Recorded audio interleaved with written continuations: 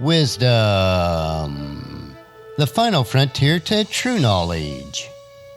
Welcome to Wisdom Trek, where our mission is to create a legacy of wisdom, to seek out discernment and insights, to boldly grow where few have chosen to grow before.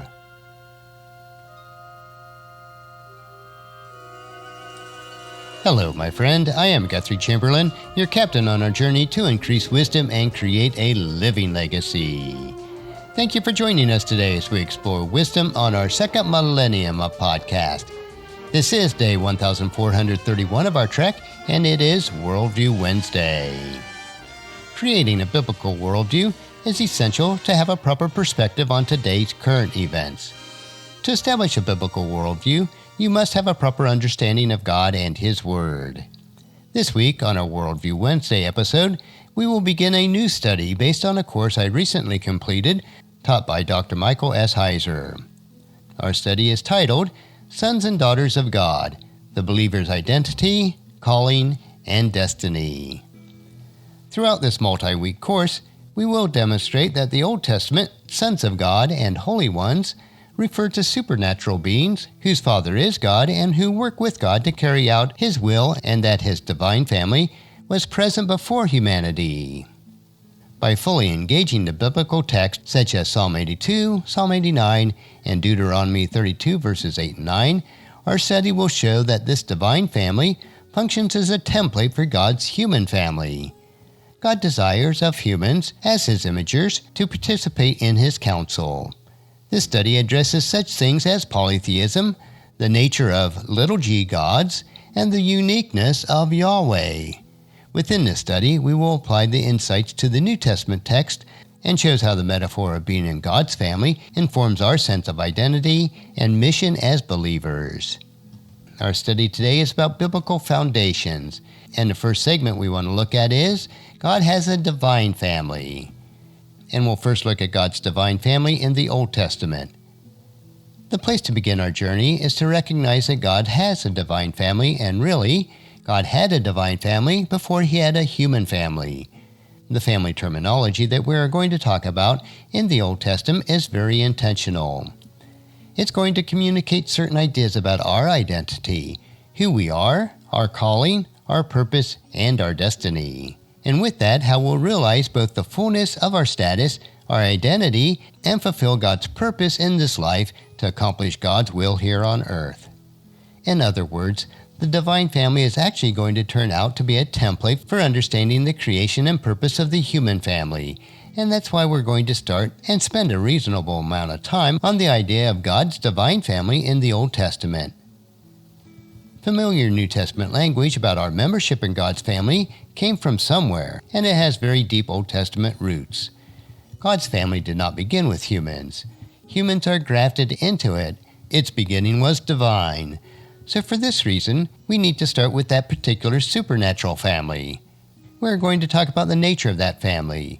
Who is in there? What kind of beings are we talking about? And then its functions. As we talk about the nature and the function of the divine family, we're going to be laying a foundation for how all that material is repurposed in the New Testament and applied to believers. Our next segment is the divine family was present before humanity. And this divine family concept can be found in Job chapter 38 verses 4 through 7. Now I mentioned that the Old Testament presents the idea of God's divine family and that it was present before humanity.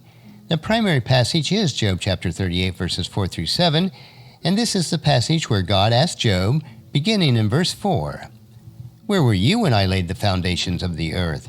Tell me if you have understanding. Who determined its measurements? Surely you know. Or who stretched the line upon it? On what were the bases sunk? Or who laid the cornerstone? When the morning stars sang together, and all the sons of God shouted for joy." Now, the point here is the sons of God language. They were divine beings, sons of God. Present at the creation of the world, God had a family. These are spirit beings. We're going to be taking some time to look at some other passages that refer to the sons of God as members of the heavenly host. So we know that these are spiritual beings, and they are not by nature embodied. They don't have a gender or anything like that. The sons of God that we're referring to here are a hierarchical expression. But you might ask, what about the daughters? Why is it sons of God? Well, in the Old Testament mode of thinking, sons of God is actually a hierarchical term. If you remember, the Old Testament culture was predominantly, in terms of leadership, dominated by men, and very patriarchal in some of its institutions. And so, is not so much a term that describes what the thing is. Again, they don't have gender and they don't have bodies. It's instead a term that describes a particular function, and we'll be getting into some of those functions as we proceed. But we need to consider that God wanted a blended family. Now, after the earth's foundations were laid, God decided to do some other things. As we know the biblical story, God decided to create a human family on earth. That family was embodied. They were terrestrial. So we have two families emerge from the biblical story pretty clearly. But the divine family pre-existed the human family. Humans are going to, as their destiny, at least their planned destiny, going to join God's family. Heaven is going to come to earth in the form of Eden. God is going to be there, His own heavenly family. His entourage is going to be there. Humans were created to join with that group. You might consider it sort of a blended family where humans would live among the divine beings. Because heaven has now come to earth, they are not so much separate domains, and that was the original intent. God, of course, is going to task humans with certain things, just as He tasked members of the divine family with certain things. So the biblical story that emerges right from the beginning is that God is looking for a blended family, divine and human. Humans living in the divine present was their intended norm. Of course, we know that that's not the way the story goes, but keep in mind the idea of the intended norm. And we see the divine family becomes a template. The divine family, therefore, is a precursor. It becomes a template for how we should think about and how God looks at the rest of His family, which is us.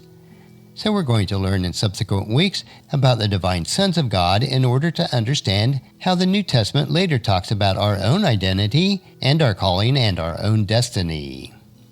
But that will conclude our first two segments of our study, Sons and Daughters of God, the believer's identity, calling, and destiny. Join us again next week. I think you'll find each Worldview Wednesday contains thought-provoking topics to consider as we build our biblical worldview. Tomorrow we will continue with our 3-minute humor nugget that will provide you with a bit of cheer, which will help you to lighten up and live a rich and satisfying life. So encourage your friends and family to join us and then come along with us tomorrow for another day of Wisdom Trek, Creating a Legacy. If you'd like to listen to any of the past 1,430 treks or read the Wisdom Journals, they are all available at wisdom-trek.com. And I encourage you to subscribe to Wisdom Trek on your favorite podcast player so that each day will be downloaded to you automatically. And thank you so much for allowing me to be your guide, your mentor, and most of all, I am your friend as I serve you through the Wisdom Trek podcast and journal each day. And as we take this trek of life together, let us always live abundantly, love unconditionally, listen intentionally, learn continuously, lend to others generously, lead with integrity, and leave a living legacy each day. I am Guthrie Chamberlain, reminding you to keep moving forward, enjoy your journey, and create a great day every day. See you tomorrow.